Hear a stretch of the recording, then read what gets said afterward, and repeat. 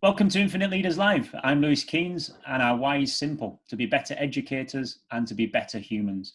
We want to support and encourage infinite learning, regardless of role, rank, or responsibility, for everybody to be willing to listen and learn. I'm joined by my pal as ever, Alan. And Alan, we've been looking forward to this one. We've been after this lady for a while, haven't we? She's a hard woman to catch. Thank you, Lewis. Really looking forward to diving deeper into understanding how leaders with an infinite mindset translate this across to their teams. We want to focus on the things you don't get taught at university, any courses, real life lessons from real life people with real life experience. And we're learning as we go through, and we practice what we preach. So please tell us if there's anything that you feel we can improve or you want to see on future episodes. Equally, if there's something that you feel we're doing well and you're enjoying the podcast, please leave us a review and a nice 5-star little tick as you go as well. You can find us on Instagram, you can find us on YouTube and all podcast platforms now, as well as at theinfinitelearners.com. And Alan and I are also on Twitter with our ramblings and our raves. So let's listen, learn and share. And Alan, shall we introduce our guest? Yeah, great to have Julie Stern on the show today. So get your paper and pen ready. There's going to be some absolute gems of wisdom today. Now, Julie Stern is a 3-time best-selling author of Tools for Teaching Conceptual Understanding, Elementary and Secondary Editions, and Visible Learning for Social Studies. Passion is synthesizing the best of educational research into practical tools that support educators in breaking free of the industrial model of schooling and moving towards teaching and learning that provides and promotes sustainability, equity, and well-being. So welcome on the show, Julian. Tell us a little bit about your journey, please. Yeah, thanks so much for having me, guys. What an honor to be here with you. I've been following your Infinite Leaders and Infinite Learners website and blogs. I think what you guys are doing is just absolutely fantastic. So a little bit about my background. I was a social studies teacher for many, many years in the States, and then my husband joined the Foreign Service. And so I started moving all around the world with him. In his career. So that's what kind of got me into doing more training abroad, and where I met you guys at British School Manila. And so I was director of curriculum before he started in the Foreign Service. And that sort of opened me up to all the other disciplines, including PE, which you guys are head of, and mathematics, science, et cetera. And so in designing curriculum and leading a curriculum team, I was really drawn to the work of Lynn Erickson, who is sort of the godmother of concept-based curriculum instruction. And I published my first 2 books, Tools for Teaching Conceptual Understanding, the elementary and secondary version, as part of the concept-based series. And so I've always had a passion for building that conceptual understanding. And then sort of more recently, I've been into more cognitive science. So if you look at sort of the scientist point of view, they're not going to say concept based. And so we'll talk a little bit about that. But my passion is transfer. How do we get students to apply their learning from one situation to another situation? And so that's what I'm currently working on right now, is a new book called Learning That Transfers, really looking at curriculum design with a focus on transfer. I think a lot of times we hope our kids will transfer, as you guys have talked about before. You want your kids in the PE programs to go on to lead these healthy lives, and how well are we doing that? So we want to just really provide that some concrete steps that teachers can take to promote transfer. Julie, tell us why the transfer is so important for young people. Yeah, so I mean, there's so many reasons, but the main reason is because of the pace of change that's happening in the world. We can't possibly teach kids all there is to know in a sort of a K through 12 school system. We know that. We know we are taking in terabytes of information, which just means a lot of information, a lot more than, I say, our grandparents' generation. And so gone are the days where the teacher knows everything and the teacher just needs to teach it to the students. We don't know what the future is going to look like. So we have to prepare our kids to be able to look at a situation and figure it out. We can't just say, we didn't teach you this in school, but you're able to figure it out. That's really why it's so important. That what you mentioned there about the pace of change, there's so much information. I think we've all felt a little bit like we don't have enough bandwidth sometimes, to take in everything that's thrown at us, especially during a time like lockdown. Mm-hmm. What kind of tips and advice can you have to really prioritize that transfer and focus on what's important, or even better for children to be able to to recognize which transferable skills are really important? Yeah, so the main thing about transfer is really complicated, but I try really hard to sort of make it simplified for teachers. The main thing to understand about transfer is that every time that we learn, we're comparing what we already know to the new situation. And transfer, every time that we learn something new, we're transferring. We're saying, this is what I already know. Here's the new situation. How does the new situation either match or is different from what I already know? And so what we have to do is help our students to be able to see what are the similarities to the new situation. And so that's why concepts are so powerful, because here's the thing. When we're transferring to a new situation, we're not looking at the superficial features of whatever the situation is. We're looking at the deeper underlying structure. And that's why concepts are so powerful. So for example, just a classic example I love to give is, if you're teaching young children about survival, living things, habitats, you're looking at ecosystems, maybe like rainforests, deserts, and comparing one ecosystem to another ecosystem. Well, they're not looking at the superficial features would be, if we're comparing a desert to a rainforest, for example, the superficial features would be, okay, the desert has sand, the rainforest has a lot more trees, but the deeper features are things like survival, living things, food sources, circle of life, food chain. That's the underlying structure. And so if we can get to those conceptual underlying structures, students are able to look at a new situation and see how their prior experience applies. So basically students are making comparisons and working out where their current knowledge can apply in a new situation. Exactly right. And so in the research, it's called analogical reasoning, because comparison is analogy, is comparing. But yes, you're essentially just comparing it. And so what we try to do is first help teachers get out of those sort of little details. So for example, for you guys, the details would be the exact sport, volleyball, basketball, etc. But there's some underlying things that no matter what you're doing in PE, decision-making, teamwork, collaboration, which you guys have talked about, those are the underlying pieces that apply no matter what the specific situation is. Yeah, I love that thought, Julie. And I'm interested in just diving a bit deeper in. When was your tipping point? When did you think that, you know what, this is the way forward? And there's been a lot of talk recently how education is still almost stuck in Victorian times. It's not actually changed that much. When was your tipping point? I think I have a series of tipping points. And so I think that for me, one happened when I was about 16 or 17 years old, when all of my friends were deciding what college to go to, deciding what major to major in. I didn't know, I didn't have many sort of career choices presented to me. And for some strange reason, fate, God, I don't know what, the librarian of my school handed me this tiny little book called, the title is, Are You Out There, God? Not to be confused with Are You There, God? It's Me, Margaret. But Are You Out There, God? It's written by a nun who ran Covenant House, a nonprofit in the Bronx in the 90s. And I thought being a teenager where I was from, this very small town in southern United States, was hard. But I had mom and dad. We never had to worry about food. We were a very stable family. And I thought being a teenager was hard. And I read this book about kids who have to go through poverty and what it's like that they have to earn money, sometimes in very, very dangerous ways, in order to eat. And so I just, at that moment, that was a moment where I said, you know what, I'm going to help teenagers. I'm going to dedicate my life to teenagers, because being a teenager is hard. And I want to dedicate my life to teenagers who have a much harder life than I had. That was sort of my first tipping point. And so I went into becoming a teacher. I thought I wanted to be a social worker, but in college, at university, I started looking at the power of education to really empower kids and help them to lead meaningful lives. And so I became a social studies teacher, and I always wanted kids to participate in democracy. And so that was kind of my why moment. I wanted kids to participate in democracy. I wanted them to look at the problems in their community and work to make them better.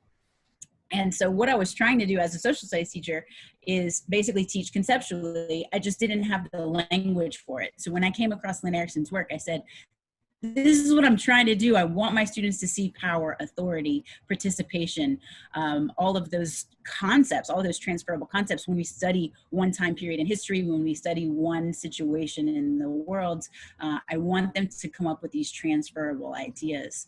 And so that was sort of the other tipping point was coming so a across big that part work. in that then was seeing life through the lens of somebody else, through these teenagers in poverty, and trying to empathize with them.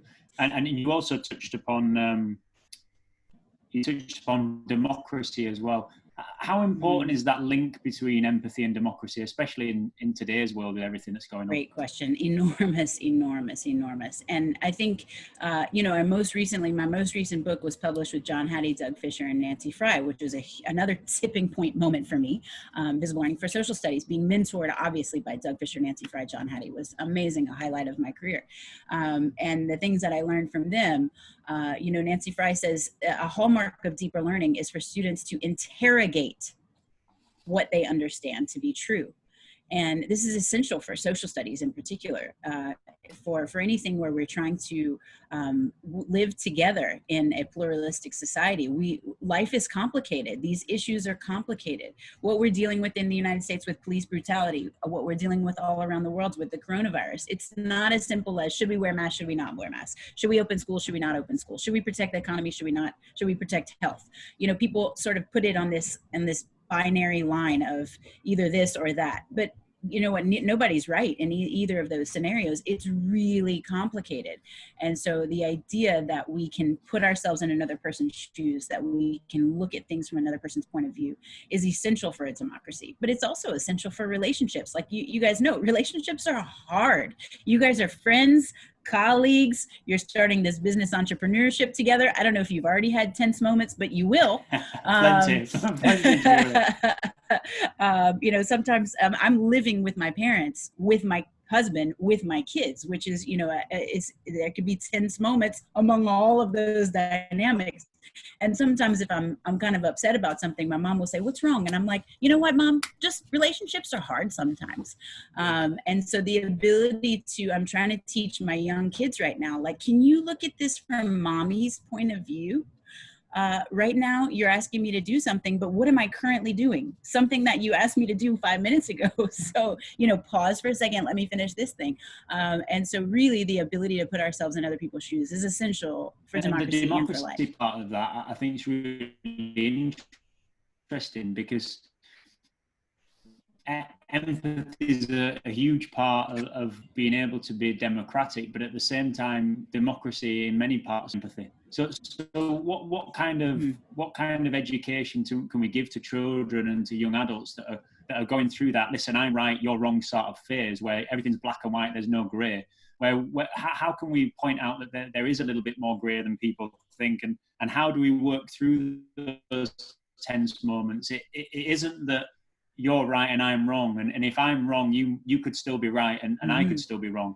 How do we try and identify that empathy is needed to really just show that grey is a little bit bigger? That's a great question. So what my team and I, my co-authors and I working on this next book have tried to do is sort of oversimplify the complex process of learning, the complex process of cognition.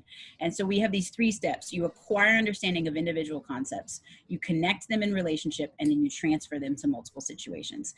And so I think empathy is a concept. So we first need kids to understand what is empathy. So you do some concept attainment activities. The best way, because all learning is basically transfer, is comparing what we know to what we don't know.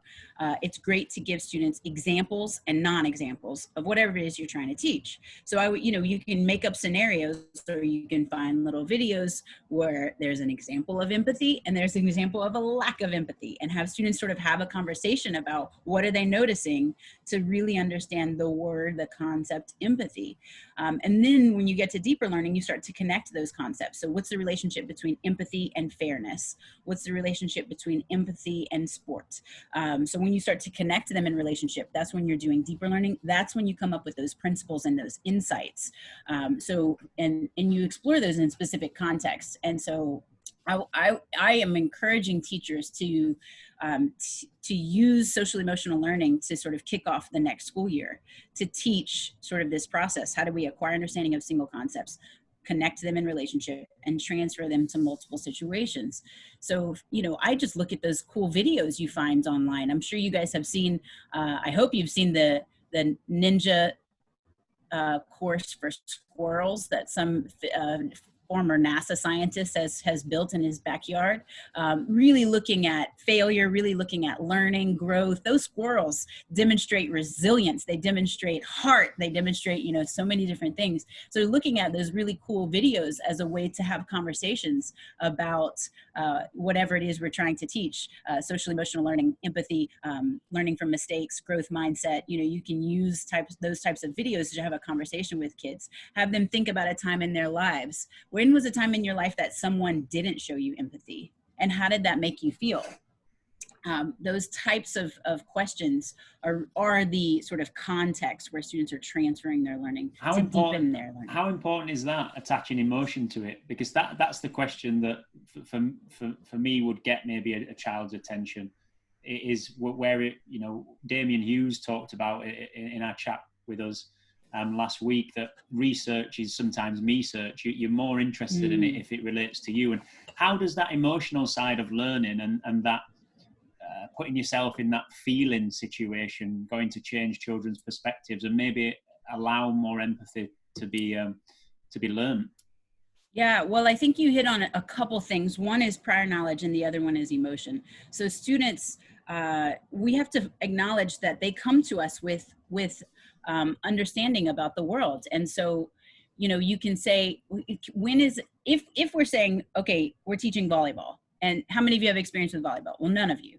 Or one of you, but we could say, what volleyball is really about? It's about teamwork. It's about working together. It's about foresight. It's about keeping your eye on the ball. Can we think of a situation in your life where you've had to use foresight, where you've had to work together as a team?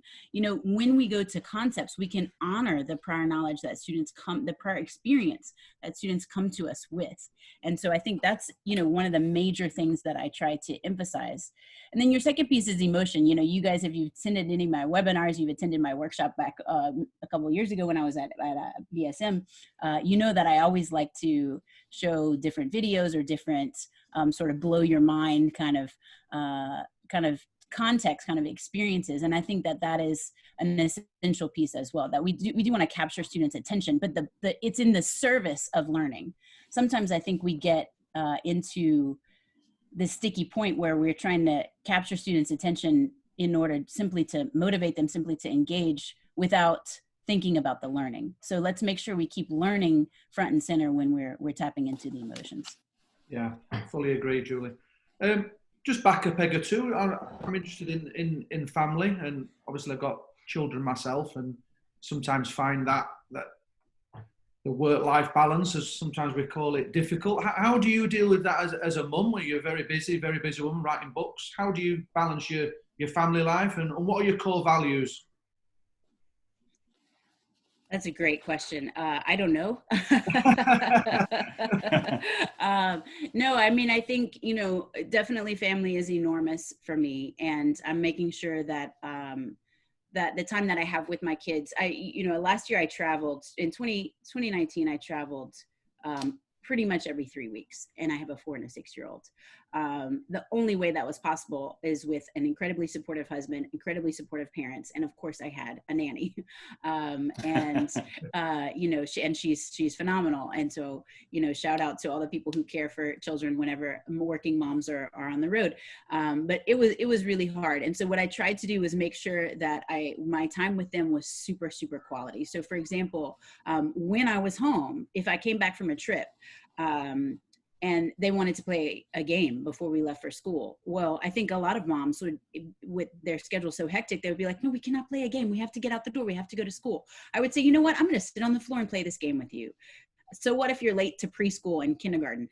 And I have the time because I don't, my schedule is flexible when I am home. And so I think it's for us busy parents, it's making sure that when we're home, we don't have the phone, we're not checking email, we're not on Twitter. The technology is put aside and we're focused on the kids and making sure that we have that quality time. And so I constantly reconfigure my schedule. I constantly reconfigure my priorities. You have to let some stuff go. Some stuff has to be good enough. I fight perfectionism a lot. And so really sort of saying, you know what, this project I'm working on isn't perfect, but it's pretty darn good. And so I'm going to leave it and I'm going to go play with my kids. Yeah. And so I think that's a big aspect of it.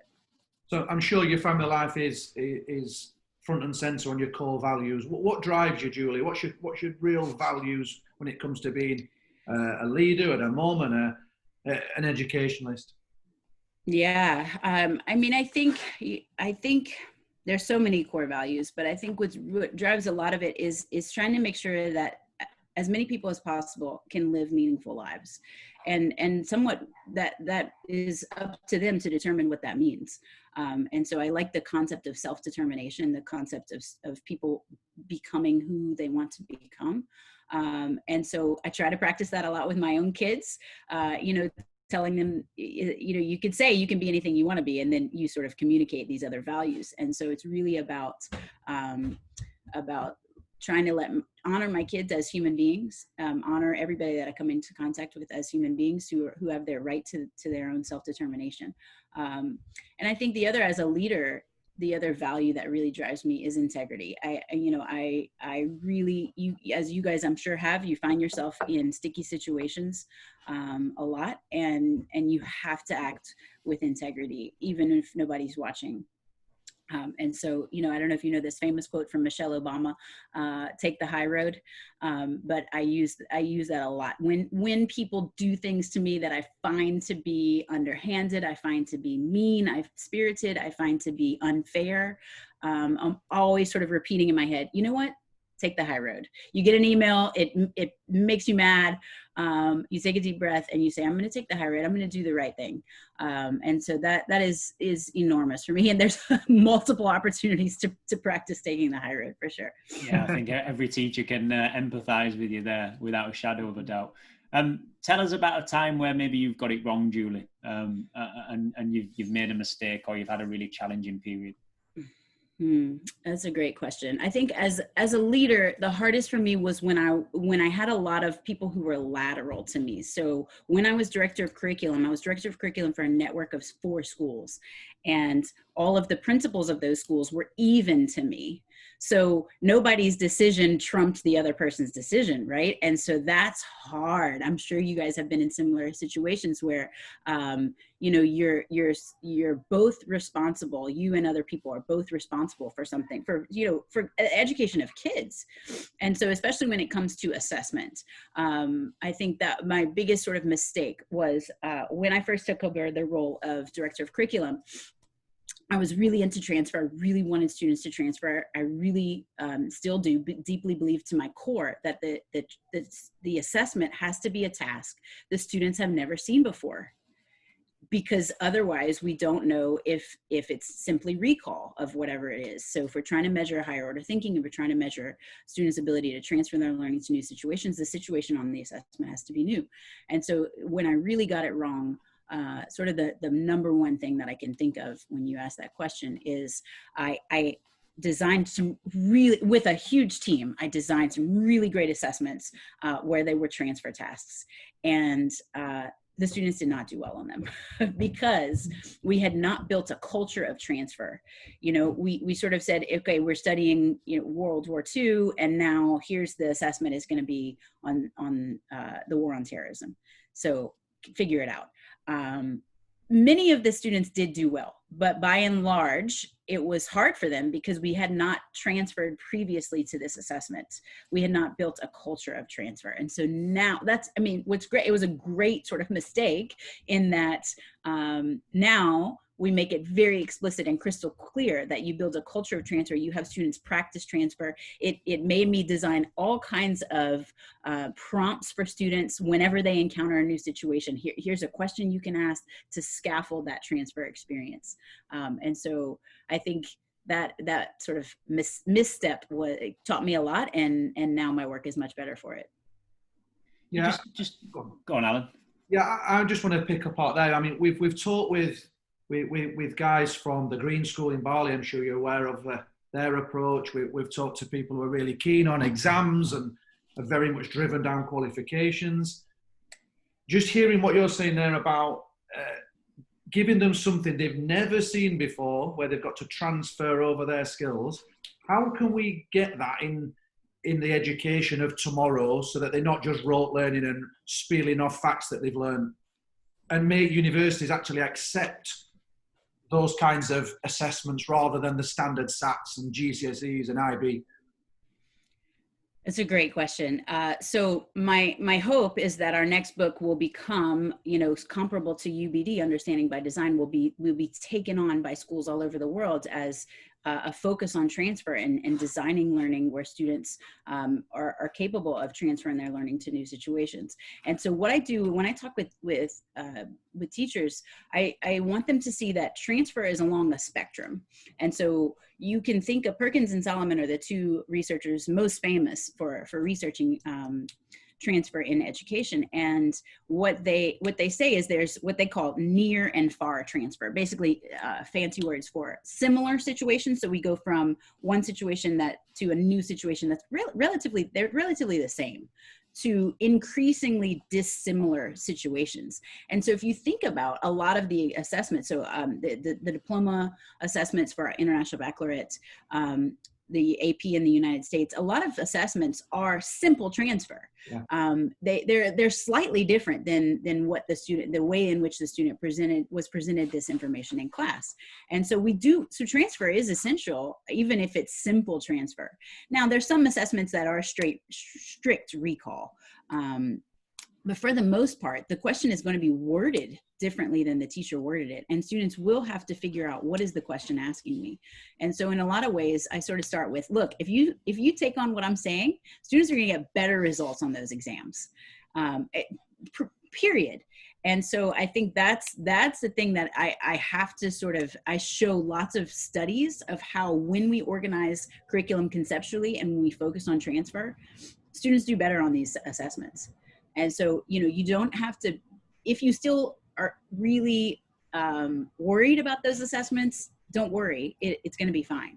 I think if we swing the pendulum to sort of dump the learning outcomes and just start getting kids to sort of do critical thinking, the assessments, they will go down on the assessments. And so I think with my approach, the content plays a pivotal role.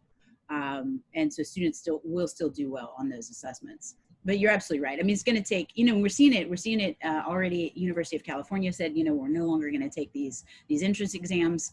We're seeing a lot of universities make these steps. This is what happens in pandemics. By the way, as a social scientist, I have to just point out that, pandemics come. The Black Plague is one of the reasons that spawned the Renaissance. That when these sort of big catastrophic events happen in human history, it spawns all this creativity. And so we're seeing that now. It's exciting stuff. And I think if people embrace it, then you're going to be on sort of the right side of history. If you fight up against it, what will the history books say about you in 100 years? Yeah, it's a great time to stop and try and look at how we can all work a little bit more intelligently. You mentioned earlier, you talked about social and emotional aspects of teaching and curriculums being really important when children go back to school. And you just mentioned the pandemic there. Maybe a really good example of a far transfer. Nobody could have possibly put themselves in a situation of being locked in their houses for 4 months. How important will those social and emotional aspects of learning be in August, September when schools go back? And what can teachers do to best support those children, yet still meet the demands and the rigor of teaching a curriculum? Yeah, I mean, I think that should be paramount. I made a little video that I put out for parents about 6 weeks ago that just said, look, as a fellow mom, I'm here to tell you that the number one thing I'm focused on right now is my students' social and emotional well-being. Their ability, and you know what, the best way to teach that is to model it. Right now, we're all experiencing anxiety. We're all experiencing everything that comes with uncertainty. A lot of people are experiencing job loss. And so modeling for our students, when life throws you lemons, you know, how do you handle it? And so I in that video, I said this, I still really believe it. I say to my kids, you know what, mommy needs to breathe. And I just take a deep breath in front of them so that they can see everybody gets overloaded. It's normal. And we need to take a deep breath. We need to sort of get out a whiteboard or a blank piece of paper and brainstorm some options. Whatever it is we want to teach our kids about when life gets hard, what do you do? Now is such a great opportunity to show that to our students. And so I really feel like what we're doing with the learning transfer model, acquire, connect, transfer, is a way to teach our kids to be adaptable, to be able to encounter new situations in life and say, what concepts live here? What's present in this situation that I already have an experience with? Everybody has experience with failure. Everybody has experience with emotional sort of overload, worry, sadness, confusion. You know, that's what we're all experiencing right now. Every single human on earth has experience with that. And so how do we harness our students' experiences to help them to make these sort of big principles in their brains, where when life gets hard, these are the steps that I take to sort of keep going. I would use social emotional learning to sort of introduce acquire, connect, transfer, and then I would organize my curriculum around that acquire, connect, transfer. What are the most essential concepts and skills that my students need this year? And I'm going to focus in on those. Yeah. So the idea of emotional literacy and building a bank of being able to recognize feelings and understand them and put them into different contexts or past experiences. Yep, that's exactly right. Yeah, one of our favourite sayings, Julie, is you only know what you know. And certainly, we've had a few questions from people around the world saying, "Well, our kids they can't do this concept-based learning because they're really low ability." Well, we're trying to say it's not about ability. And I wonder if you could just talk us that it's quite an inclusive philosophy, and if you could just expand upon that, I think it would really hit home with a few people. Oh, I'm so glad you asked that question, because where I was director of curriculum in Washington, D.C. was a school of low-income students, a school where we accepted students 6th through 10th grade, who by and large were reading several grade levels behind when they entered school. And we took them, I always share this story when I'm doing sort of in-person professional development. We took these kids to the decathlon of social studies competitions called the We the People, where constitutional scholars and college law professors questioned them on their knowledge of U.S. history, their knowledge of international relations. We took them and we beat out these 2 private schools. And it was incredible. And we have tons of stories like that. These kids we overcame the achievement gap in the United States. And so, you know, this really works with students who need it the most. Why? Because we are honoring their past experiences. So if I were, as a social studies teacher, if I'm teaching authority and abuse of power, I can say, hey, can you think of a time in your life where someone was in an authority position and they abused their power? These kids they're full of examples of when people were in authority figures and they abused their power. And so it's really about when you switch to concepts and the underlying structures of whatever it is you're trying to teach, you honor whatever students bring with you. So I think instead of looking at it from a deficit model, these kids can't. You got to stop. You got to erase that from your language. And you say to yourself, what do these kids understand deeply? What do these kids know? One of my favorite examples of that from an opposite perspective, because that was in a big city in Washington, D.C. I worked with a teacher in rural America, and she was trying to teach students the periodic table of elements and the relationship between the structure of the element and the atoms and how they interact, you know, informs its function. And so she said, okay, I'm going to try what Julie's saying. How do I honor what they already know? And she said, you know what? I'm going to ask my kids, rural America, why wouldn't we go mud riding in a Prius? Why wouldn't we do that? because the structure of the Prius does not match the function of mud riding. And so that's the idea, is just to say, what do our kids understand deeply? If they understand cars, they understand hunting, they understand farming. One of the things I love to do when I go to places is think, what do these people really love? And so I work a lot in Alberta, Canada. So I went there, I presented to boards of trustees. And so these are people who by and large are non-educators. They're farmers, they're maybe bankers. And so I said, okay, I'm in sort of, this is the Association of Rural Education in Western Canada. I said, okay, guys, come up with, 5 or 6 words about either farming or hockey and write them down. And, they came as a group, they worked at the table and they chose either farming or hockey, and they wrote down the words. And I said, put each word on a sticky note. And now, will you arrange those? Like, does one come first, one come second, one come third? Is one in the middle, or others are all around them? And have a conversation about how that sort of field, farming or hockey, is organized.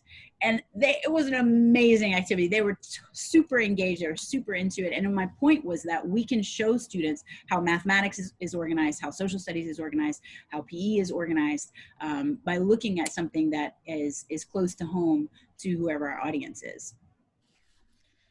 Just keeping on that kind of subject of, you've talked a lot about relating things to previous experiences and picking on things that children already know or already have some kind of knowledge at. And again, linking this to things that are happening in the world at the minute, there's a lot of prior knowledge that might be wrong, or it might be miseducated. How do we unlearn some of that and unpick some of that and build it back up again? I'm so glad you asked that question, because I did want to say this earlier and somehow I forgot. So we have the learning transfer cycle, basically. You sort of ask an abstract conceptual question and you take students through specific contexts.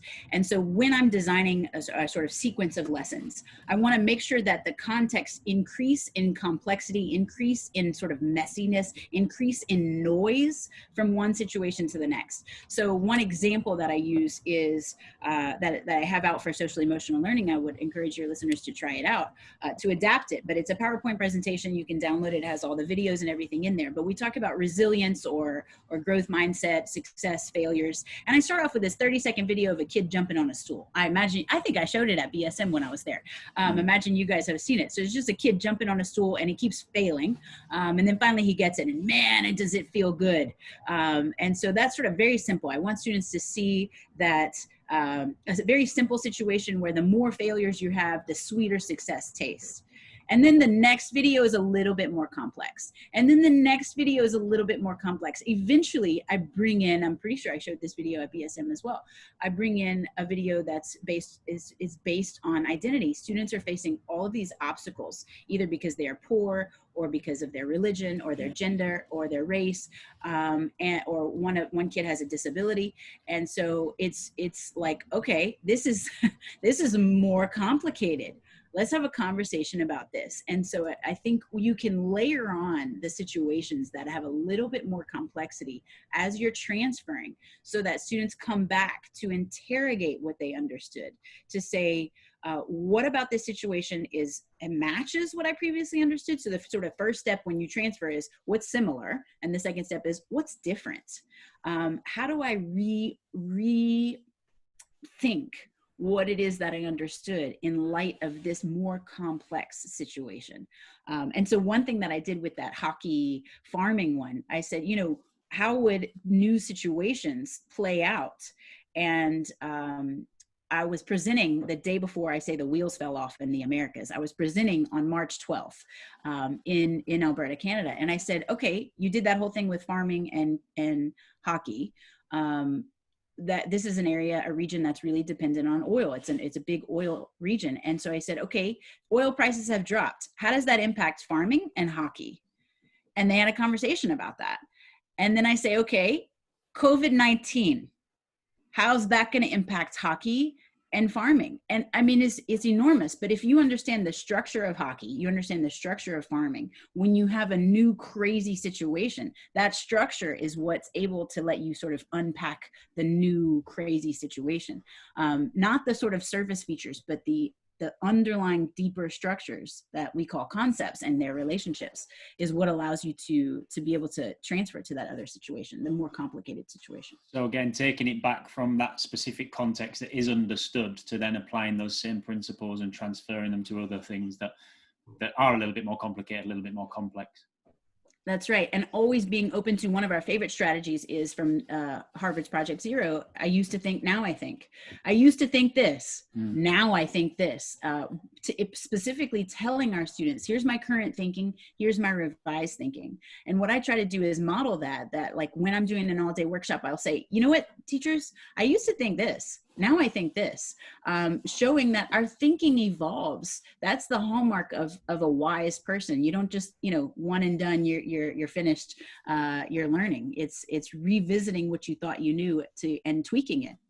Yeah, one of my biggest takeaways from when you came into BSM, Julie, was the misconceptions. And sometimes as teachers, we just presume that our students have a certain level of skill because they're 11 years old or they're 14 years old. And that was huge for me. And it was going back to, well, you only know what you know. Well, let's look at having some data or some pre-existing tasks that then sees where the kids are at. And I think that's really important. I mean, how do you plan that into the UBD to make sure that there's sort of a core task to begin with that tests understanding? That's excellent. We talk about the importance of pre-assessment and starting with students' pre-instructional understanding or misunderstanding. But a simple shift that I made was, so this is a modeling. I used to think, now I think. I used to think, okay, what it is I have to teach, and I'm going to break it down and sort of teach it in these chunks and sort of see where my kids are.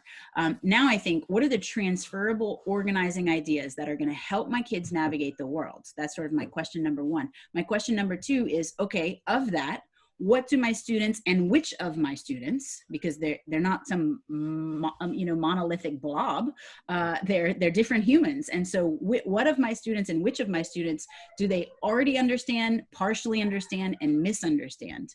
And I ask myself that question when I'm starting the learning journey so that I can go in there to say, okay, here's what we're talking about, guys. What do you understand about this? And the only way to sort of get it out of their heads is to write it or say it. Or show me with your body, of course, which works very well for PE. But like you got to show me. The students have to show or tell us what they understand. And when they do that, you can directly address the misunderstandings. I love that no presumption of what they already know. And it goes back to something you mentioned earlier about empathy. And you can only see the world through your own eyes. And to have any kind of understanding through somebody else's takes a lot of empathy and a lot of questions. And so often as teachers that we don't do that. It doesn't happen. You just presume that because they're in year 7 or year 9 or year 11 that they know X, Y, and Z, and you crack on without even asking them and without even giving them that chance to share what they know. Yeah, definitely. And I think it's a tricky balance of starting from what do they already know and what do they maybe misunderstand, but not sort of what are they lacking.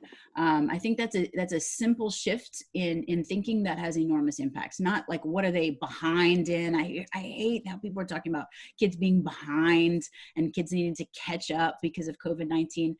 What are our kids learning from this experience that we can harness? I say to my kids all the time, look, you're little, but somebody's going to say to you, what were you doing in 2020? I'm like, people are going to ask you, what were you doing in 2020? Because this year is going down in history for us, at least a century or two. And so what did kids learn when they were at home? What did they learn? And let's harness that and stop talking about how they're behind and catch up and all this stuff. Very good point. Really good point. I as parents, we worry, they sat on the device too long. They're not doing this. They're not doing that. And again, maybe there's positives that come out of it. And certainly the work that Lewis and myself has done, this has been a massive positive of the whole epidemic. So yeah, I think that's a really good advice to look on the positive side. We're just going to wind it in a bit, Julie, now, and we'll start with our quick fire questions at the end. And just tell us what book you're reading at the moment. That's a good starter. Yeah, so the book that I'm reading right now is called, the nonfiction book I'm reading right now is called Essentialism, which is not, there's a thing about essentialism in philosophy that says, it's basically like absolutism, that there are truths, and that is not what it's about. This book is about basically how to cut out the noise and spend time on the things that that matter the most. And certainly as a mom with young kids and somewhat of an entrepreneur, creative professional, it's important for me to say, okay, I'm invited to be on this podcast. Does that move me towards my goals, or does it not? And I'm going to say yes or no based on, you know, what my goals are. And so I've been appreciating that. It was really easy to read, really interesting book. I'm always reading sort of multiple books. I'm writing a book, so there's tons of education books all around. But the other one is called Confederates in the Attic. And, you know, I'm really interested in race in the United States and what's going on. And I'm from the South. I'm from Louisiana. I have uncles who still do this Confederate battle reenactment. It's really both strange and interesting to me. And so this journalist wrote a book about it. So that's another one that I'm reading. Yeah, sounds a really interesting. I love the essentialism. Who's that by? Do we know? Oh gosh, that's so terrible. I usually know the author's names. Greg somebody. Yeah, sounds a great one for busy people. Julie, what advice would you give to a young aspiring leader, teacher? Maybe they've just gone through their initial teacher training, that they've had a year or two, or maybe that, you know, they're going into their first year of teaching after such a strange 4 months. What advice would you give to a young aspiring teacher and leader? That's a great question. I think, you know, one thing I've learned about leadership is that you can be both really courageous and really humble at the same time. And I think that's essential. I think that, for example, to admit that you were wrong, it requires both courage and humility. And so I think I try to sort of I work hard to embody both courage and humility. And I think, you know, one thing that I'm seeing now that I'm 40, I'm sort of having this idea of honoring experience. And so, you know, we all think we know everything in our 20s. And I think, you know, that idea that I'm ready to sort of take on the world now is more pronounced in today's 20-year-old generation. And so I would say honor bring your good ideas and find people who are open to your good ideas. And at the same time, honor experience, honor the people who have been around and have learned quite a lot, and try to show respect for that experience. I think that's important for young people. Yeah, you've certainly shown the humility today with the things that you've been talking about. You know, it's clear that you're not trying to preach, you're not trying to come across as if you know it all. You're very much on a journey yourself, and it just happens that you're way ahead of the vast majority of us, and you're kind enough and courageous enough to share what you've learned so far. Oh, thanks. I feel like I preach because I'm so passionate about it. I'm like, this is serious, guys. It feels preachy when it's coming out of my mouth. Well, I don't think it sounds it. Right, and the last one, Julie, we love this one. You're going out for a meal. Which 3 leaders in history, dead or alive, would you like to go out with? Oh my gosh, that's way too hard. That's amazing, amazing question. I just finished watching Harriet. I don't know if you guys have seen it, but Harriet Tubman, I mean, what a life. This woman escaped slavery, went back, I don't even know how many times. You know, there was a ransom on her head. I mean, just a life. I want to sit down with Harriet Tubman and just talk shop.